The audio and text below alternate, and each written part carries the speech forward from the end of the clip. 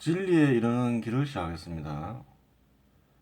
이번 시간에는 저번 시간에 다루던 것을 마무리 짓고 화폐에 대해서 살펴보도록 하겠습니다.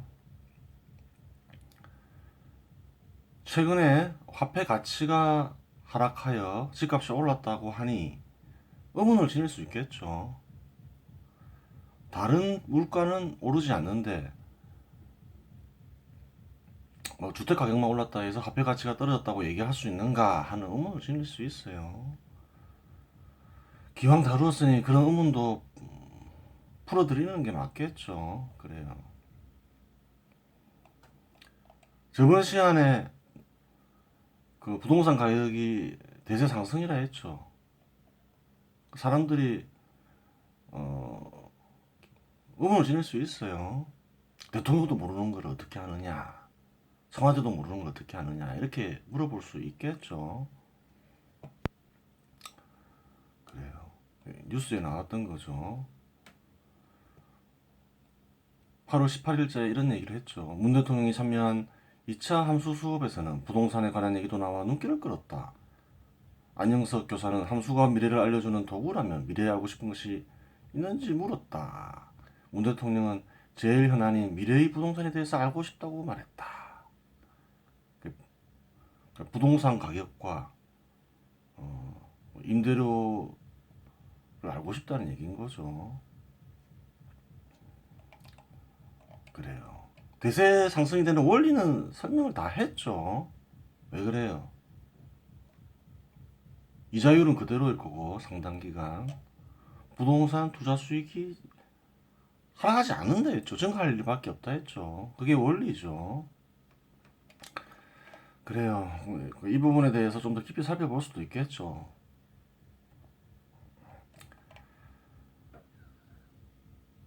지금 대한민국에서 부동산 가격이 급등을 했죠. 그리고 임대료도 급등을 했죠. 그래요. 그러한 현상은 어떤 의미를 지닐까요? 저번 시간에 시장에 대해서 얘기를 했죠. 시장을 왜 필요로 하나요? 인간은 풍요를 누리기 위해서 필요로 하는 거죠. 시장 기능을 파괴해요. 그럼 어떻게 될까요? 시장을 통해 누릴 수 있는 풍요를 누리지 못하게 되겠죠. 당연한 거죠. 뭐 거래 제한을 한다거나 세금을 부과해서 거래를 어렵게 한다거나 그런 일이 다 시장의 기능을 파괴하는 일인 거죠. 그래요.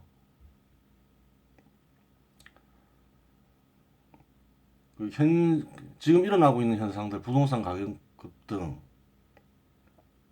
그리고 임대료의 급등은 풍요가 사라지는 과정에서 나타나는 현상인 거예요.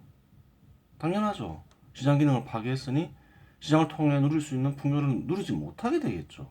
현재 지금 그 과정이 진행되고 있는 거예요. 그래요. 어떻게 하면 풍요를 누릴 수 없게 될까요?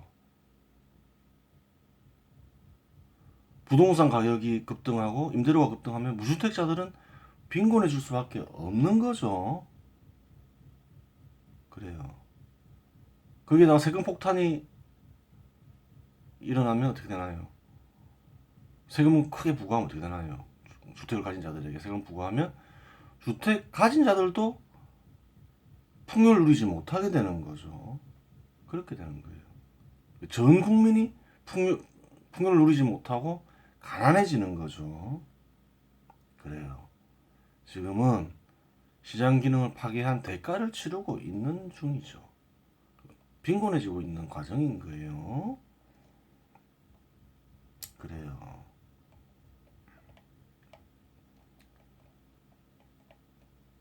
시장 기능을 파괴해요. 그럼 어떻게 되나요? 공급량이 급감을 하겠죠. 대한민국에서 확인 가능하죠. 그럼 가격이 급등해요. 그럼 결핍이 발생하는 거죠. 결핍이 발생해요. 이것은 부동산에만 적용되는 게 아니라 모든 상품에 적용이 되는 거예요. 시장 기능을 파괴하면 자연히 공급량이 급감하고, 공급량이 급감하니 가격이 급등하고, 그래요. 결핍이 발생하는 거예요. 모든 상품에 해당되는 거예요. 부동산에만 해당되는 게 아니에요. 부동산도 단지 그러한 과정을 거치고 있는 것에 불과해요. 결핍이 심하게 느껴지는 이유가 뭔가요? 부동산이 차지하는 비중이 크기 때문이죠. 재산에서 차지하는 비중이 크기 때문이에요. 그래서 결핍이 강하게 느껴지는 거예요. 그래요.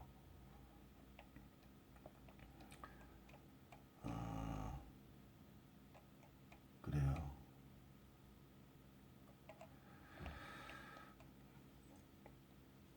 많은 사람들이 시장에서 제공하는 풍요를 포기하는 경우가 많죠. 많은 국가들이. 시장을 포기하면 더 큰 풍요를 누릴 수 있다고 생각하는 경우가 많아요. 특히 사회주의자나 공산주의자들이 그러한 생각을 하는 거죠. 그래요. 그래서 예전에 공산주의 국가들이 시장을 없앴죠. 그랬더니 어떻게 되나요? 시장 기능을 파괴했죠. 그랬더니 결핍이 발생하는 거죠. 그래서 결국 어떻게 되나요? 멸망하거나 멸망하지 않은 공산주의 국가나 사회주의 국가 역시 시장을 모두 도입을 했죠. 현 시대에서는. 그래요. 시장이 제공하는 풍요보다 다른 방법을 통해서 풍요를 누릴 수 없다는 거예요. 현재 대한민국 정부에서는 시장을 파괴하면서 별의별 행동을 다 하고 있지만 공산주의 국가나 사회주의 국가는 더한 행위도 했겠죠. 하지만 어떻게 됐나요? 다 멸망하거나 대부분 멸망하거나 멸망하지 않은 국가들은 시장을 도입했죠. 그렇게 되는 거예요. 그 말은 무슨 말인가요?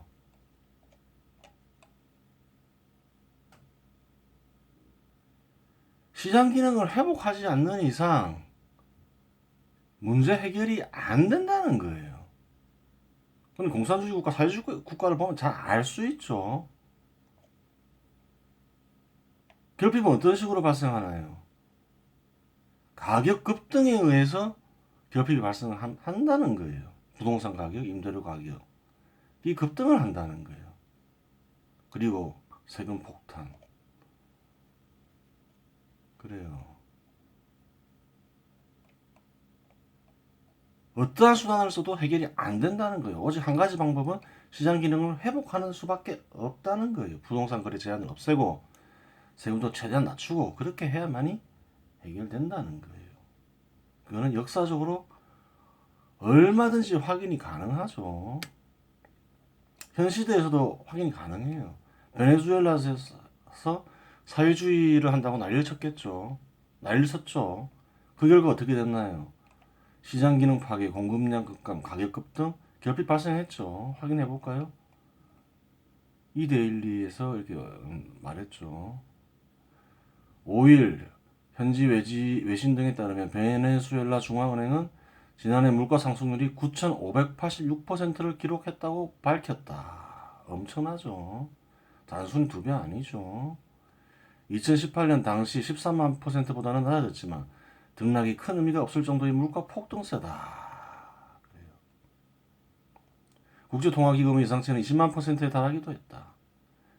그 사이 베네수엘라의 통화인 볼리바르 가치는 미국 달러와 대비 98.6% 하락했다.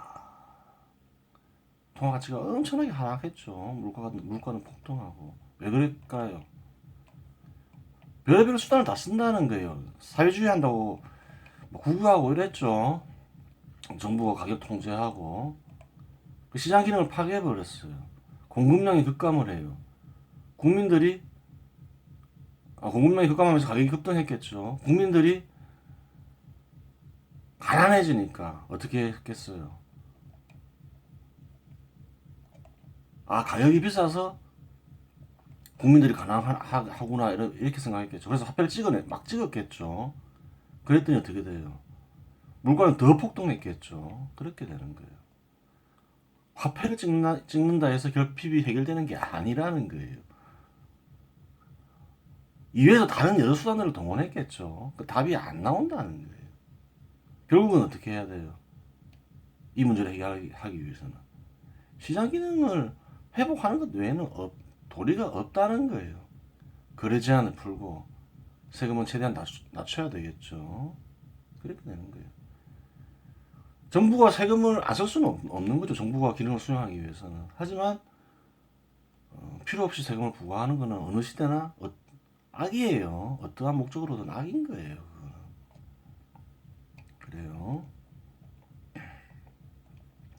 대한민국에서도 별의별 수단 다 쓰고 있죠.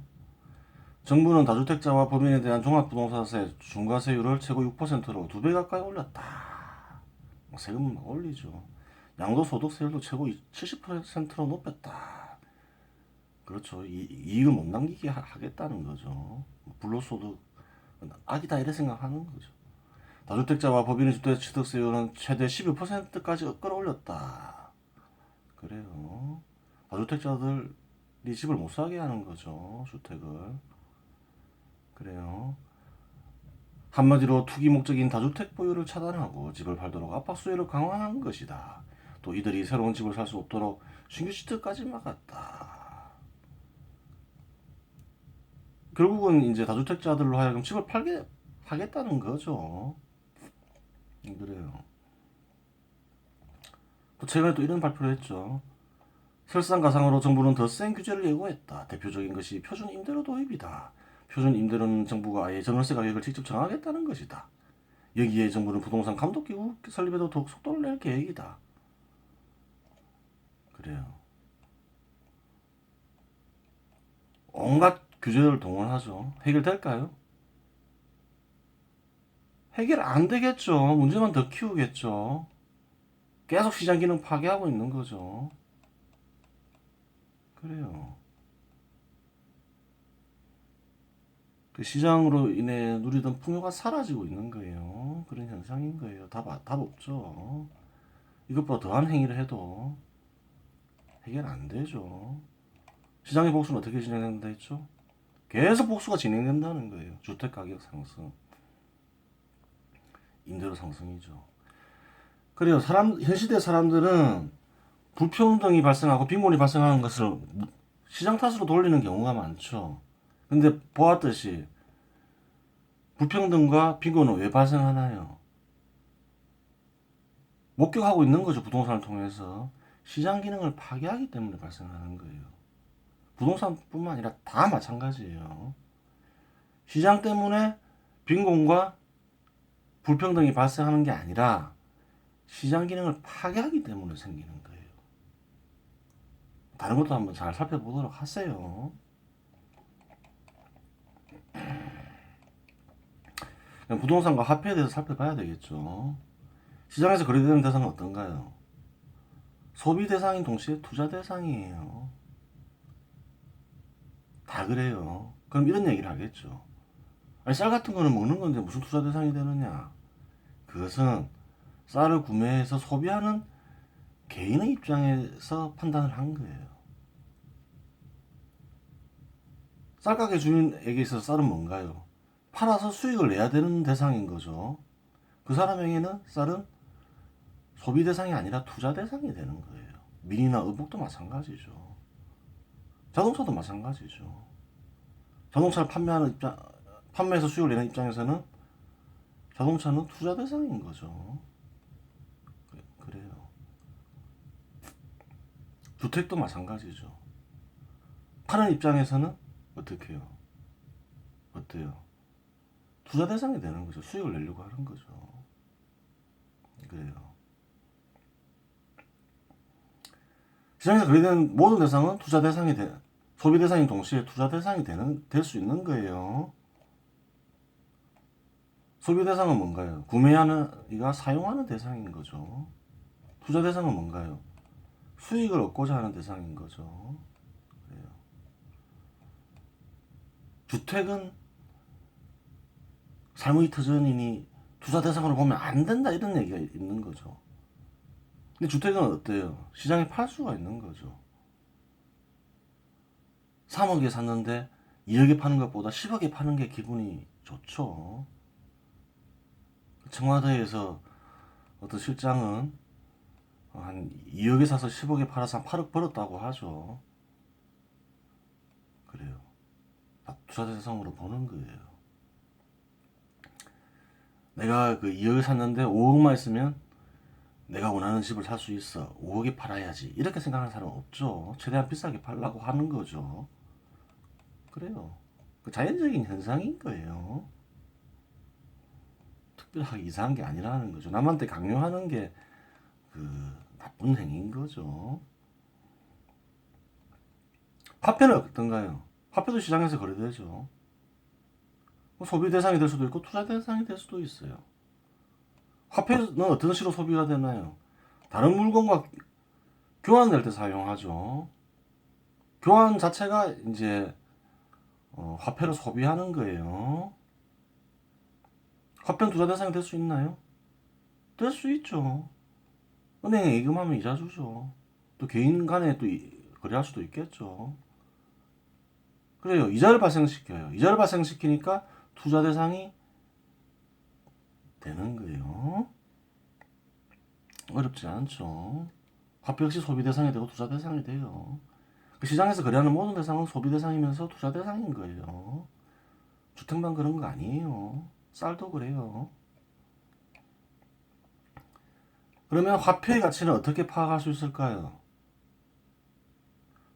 교환 가치와 투자 가치로 나눌 수 있겠죠. 투자 가치는 이자를 통해서 판단되죠. 교환 가치는 화폐 발행 기간이 재정 상태를 통해서 결정되죠. 대한민국 화폐는 누가 발행하나요? 한국은행이 발행하죠. 한국은행도 재정 상태가 있는 거죠. 그래요. 그래요. 억, 10억, 100억, 1000억, 조, 10조.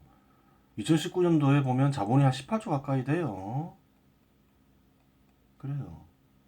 2018년도에는 15조 됐죠. 정도 됐죠. 이 말은 무슨 말인가요? 한국은행도 돈을 번다는 거죠. 2019년도에 얼마 벌었을까요? 당기 순이익이 5조 3천억 되죠. 그래요. 돈 잘 버는 거예요. 그전에는 3조 2천억 벌었죠. 그래요. 한국은행이 좋은 직장인 거예요. 돈도 잘 벌고 망할 일도 없고 그래요. 정부에서 일하면 어떤가요? 세금 받았으니까 세금으로 쓰니까 눈치가 보이잖아요.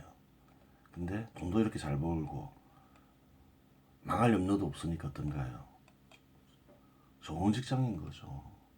그래요. 다 재정 상태가 있어요. 근데 화폐를 발행했는데 너무 지나치게 발행하면 어떻게 될까요? 너무 화폐를 많이 찍어내면 화폐 가치가 떨어지겠죠. 또 반대로 화폐량은 그대로인데 재정 상태가 악화되면 어떻게 될까요? 당연히 화폐 가치가 떨어지겠죠. 그렇게 되는 거예요. 어렵지 않죠. 이게 교환 가치인 거예요. 보통 구매자가 시장에서 거래하는 거는 어떤가요? 뭐 쌀이나 밀을 사서 소비할 때는 뭐 어떤 가치에 입각해서 구매하나요? 교환 가치에 입각해서 구매를 하죠. 내가 쌀을 먹으려고 하는데 뭐 그때 구입할 때 뭐 쌀 가격 변동을 예상하지 않죠. 먹으려고 하는 쌀을 당장 먹으려고 하는데 밀도 마찬가지고 오복도 마찬가지죠. 그 교환 가치에 입각해서 보는 거예요. 주택은 어떤가요? 어떤 가치에 입각해서 보나요? 투자 가치에 입각해서 보는 거죠. 집은 투자 가치로 보고 또 화폐도 어떤가요? 투자 가치가 있는 거예요. 왜? 이자가 발생하기 때문에 그래요. 이자를 얻을 수 있기 때문에 그래요. 이자는 왜 없나요? 화폐 없는 이가 화폐를 빌려서 이자를 주려고 하니까 그렇죠. 화폐를 빌려주면 대가로 받는 게 이자인 거죠. 그래요. 그렇게 되는 거예요. 투자 가치가 생기는 원리인 거죠. 그래요.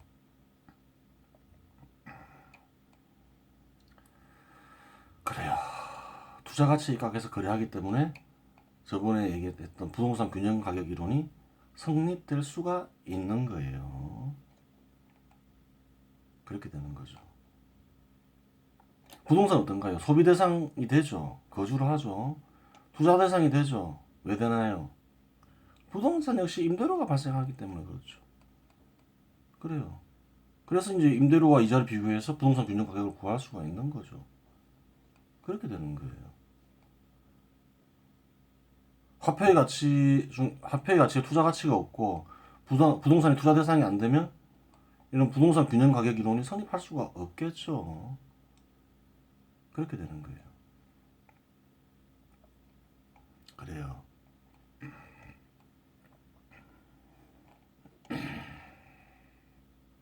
그렇게 되는 거예요.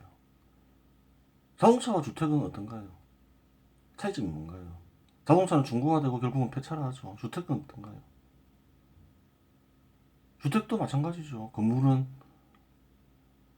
중고화되고 다 나중에 부셔야 되겠죠. 근데 왜 주택 가격은 올라가나요? 주택이 사라져도 남는 게 있죠. 토지가 안 사라지는 거죠. 주택이 낡아서 주택 가격이 건물 가격이 떨어져도 건물이 낡아서 건물 가격이 떨어져도 토지 가격이 올라가면 그렇죠. 당연히 올라가겠죠. 토지를 포함한 주택이라면 그렇게 되는 거겠죠. 어렵지 않죠. 그래요. 그러면 부동산 균형 가격을 낮추기 위해서 부동산 투자 수익을 낮추려는 시도를 할 수 있겠죠. 어떻게 하겠어요? 세금을 부과해서 낮추려고 할 수 있겠죠. 그러면 어떻게 될까요? 그것도 한번 살펴볼 필요가 있겠죠. 세금을 통한 임대료 감소 정책을 쓸 수 있어요. 세금을 통해서 연 이자율이 2% 가정할게요. 부동산 투자 수익이 200만 원이라 할게요. 그러면 부동산 가격은 얼마가 되나요? 200만 나누기 0.2 하면 되죠. 1억 원이 되겠죠. 세금을 50% 부과를 해요.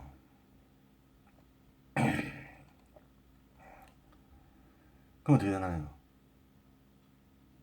세금을 50% 부과했는데 임대주택 수요량이 임대주택 공급량보다 같거나 크다고 가정할게요.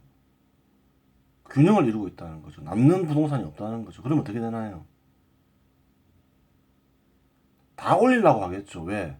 1억 원일 때 200만 원 받았으니까. 그럼 얼마를 받아야지 똑같아질까요? 이자율은 그대로 낮추고. 임대료 400만 원을 받아야 되죠. 그래서 50% 세금을 내더라도 200만 원 남게 되는 거죠. 근데 남는 주택이 없어요. 그리고 임대주택 소유자들은 다 같이 400만 원을 받으려고 해요. 그럼 어떻게 되나요? 당연히 400만 원까지 오르겠죠. 이렇게 되는 거예요. 그럼 임대주택 공급량이 임대주택 수요량보다 많으면 어떻게 될까요? 임대료 그대로이거나 하락하겠죠. 왜? 이제 100만 원밖에 못 벌잖아요. 아니 근데 이제 공급량이 많으니까 그냥 세금을 부과하지 않더라도 임대료 그대로이거나 하락하겠죠. 현실 이런 상황에서 주택 가격이 떨어지는데 정부에서 세금을 부과할까요? 부과하지 않는다는 거예요. 오히려 혜택을 주지. 현실성이 없죠. 현실성이 없지만 부과한다고 가정을 할게요. 그럼 어떻게 되나요? 100만 원밖에 못 벌죠. 또 주택 공급량이 초과하니까 100만 원 이하로 벌겠죠. 그러면 어때요? 부동산 가격이 하락하겠죠. 임대주택을 구매 안 하려고 하겠죠. 오히려 팔려고 하겠죠. 그런 상황인 거죠. 임대주택 수는 감소하겠죠. 언제까지 감소하나요? 임대주택 공급량과 임대주택 수요량이 균형을 이룰 때까지 감소하는 거예요. 그런 상황에서는. 그래서 결국 어떻게 되나요? 언제까지 감소하나요? 임대료가 400만 원 될 때까지 하여튼 뭐 이렇게 균형을 맞출 때까지 계속 감소하는 거죠. 그래요. 그렇게 되는 거예요. 이익이 안 남으니까. 부동산을 안 사겠죠. 이런 상황에서는. 현실성이 없어요. 이런 상황에서 그 세금을 부과한다는 거.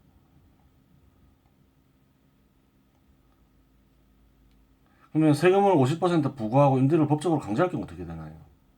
예를 들어서 임대료가 200만 원인데 세금을 50% 부과했어요. 그리고 이 200만 원을 올리지 못하게 법적으로 강제했어요. 그럼 어떻게 되나요? 임대주택 수는 감소하겠죠. 파는 이들이 나오겠죠. 이익을 못 내니까. 그래요. 주택 가격도 어때요? 그래요. 근데 그 장담할 수는 없어요. 가격이 하락한다고. 왜? 임대주택 수는 감소하고 무주택자는 증가하는 거죠. 그래요.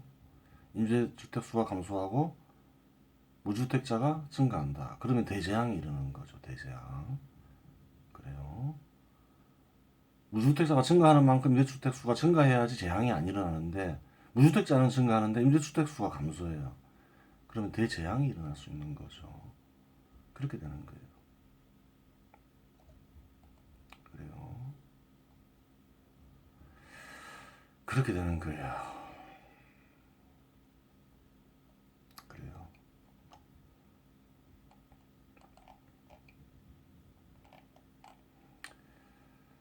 그러니까 부동산 균형 가격 이론에 입각하면 어때요? 대한민국에서 보면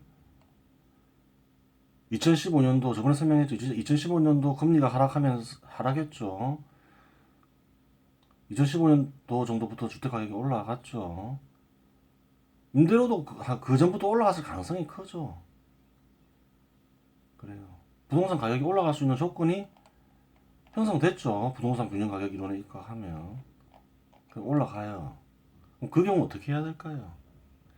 거래 제한을 최대한 풀어야 되는 거죠. 거래 제한이 없으면 신경 쓸 필요 없는 거죠. 근데 거래 제한이 있으면 최대한 풀어야 되는 거예요. 근데 대한민국 국민들은 어떻게 생각하냐면 부동산 균형 가격이 올라가면 거래 제한을 풀었기 때문에 올라간다고 생각하는 경우가 많아요. 무식한 거죠. 공급량을 증가시켜야지 부동산 가격을 안정시킬 수 있는데 오히려 반대로 생각하는 거예요. 그렇죠. 그러면서 막 제한을 가하는 거죠. 그 결과 계속 올라가는 거죠. 2015년도에 올라간 거는 뭐 부동산에 뭐 제한이 없기 때문에 올라간 게 아니라는 거죠. 제한이 없거나 제한이 강하기 때문에 올라간 게 아니라는 거예요. 부동산 균형 가격 이론에 하면 투자 수익이 증가하거나 영리 자율이 감소했기 때문에 둘 다 충족을 했겠죠. 그래서 올라가는 거라는 거예요. 그때는 어떻게 해야 되나요? 부동산 거래 제한이 없으면 신경 쓸 필요 없고 거래 제한이 있으면 최대한 풀어야 된다는 거예요. 근데 어떻게 했나요? 반대로 했죠. 그 결과 어떻게 되나요? 부동산 가격 급등, 임대료 급등이 일어났죠. 그건 뭐라 했죠? 시장의 풍요가 사라지는 현상이라 했죠. 언제까지 그러한 일이 벌어지죠? 시장 기능을 회복할 때까지 발생하는 거예요. 그래요. 어떤 이들 이렇게 하죠. 외국에서도 그러한 사례가 있다. 선진국에서도 그러한 사례가 있다. 다 뭔가요? 사회주의든 공산주의든 뭐 hen리조주의 토지 공개념이든 다 어디서 나온 건가요? 선진국들에서 나온 거죠. 유럽 국가나 뭐 미국에서 나온 거죠. 세계 곳곳에 무구덩이에 던져야 할 쓰레기들은 많아요. 외국에 있다 해서 선진국에 있는 제도로 해서 다 좋은 게 아니라는 거예요. 시장을 도입한 곳도 시장을 도입해서 발전한 국가도 유럽 국가나 미국이겠지만 불구덩이에 던져야 할 쓰레기 같은 생각을 만든 곳도 그런 데라는 거예요. 그런 제도가 선진국에 있다 해서 악이 선이 되는 건 아니라는 거예요. 그래요. 그렇게 되는 거예요. 그래요. 이번 시간은 여기에서 마치도록 하겠습니다.